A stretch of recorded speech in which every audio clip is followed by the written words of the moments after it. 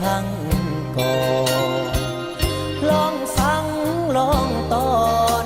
ดินดอนบ่อนเคยอาศัยบ่ลงลืมไหลสิ้นตอนนาบ่ไหลลืมลาป้าตอนใหญ่บ่ลืมน้ำใจอบเอื้ออารียังจำติดตา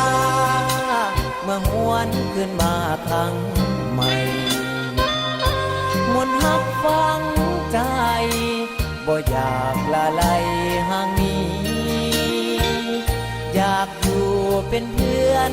ห่วมเฮียงเฝ้าหน้าห่วมเพียงกับน้องคนดีสวยปราบหนูขี้บ่ให้มีทำลายพืชพันธุ์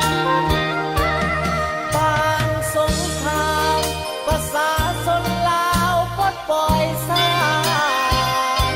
สาวเมืองเพียลาดเมืองสังทองน้ำใจกล้ากันเลือดวิลาสนสีทองแดงเข้มทุกวันเป็นแรงแห่งโศกาลนานให้ลูกหลานเพื่อทุนเลื่อยมาอดีตฟังเตือนบ่ลงลืมเลือนเสียงสั่งสาวนาหอยปังวังมานาเทียมนาสายังคงคิดถึงหอยยิ้มหวานจากไปบ่นานจะหวนกล่าวมาห่วมแห่งสร้างสาพัฒนาลองสั่งลองต่อ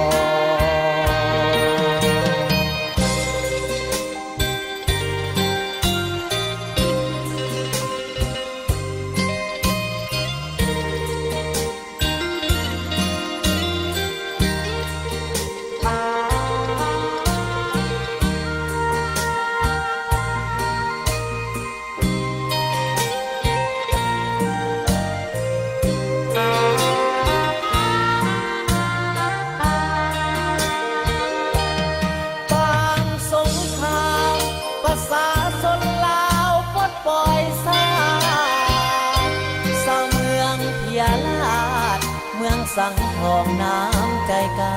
กันเลือดวิลาสนสีทองแดงเข้มทุกวันเป็นแรงแห่งโศกาลนานให้ลูกหลานเพื่อทุนเลื่อยมา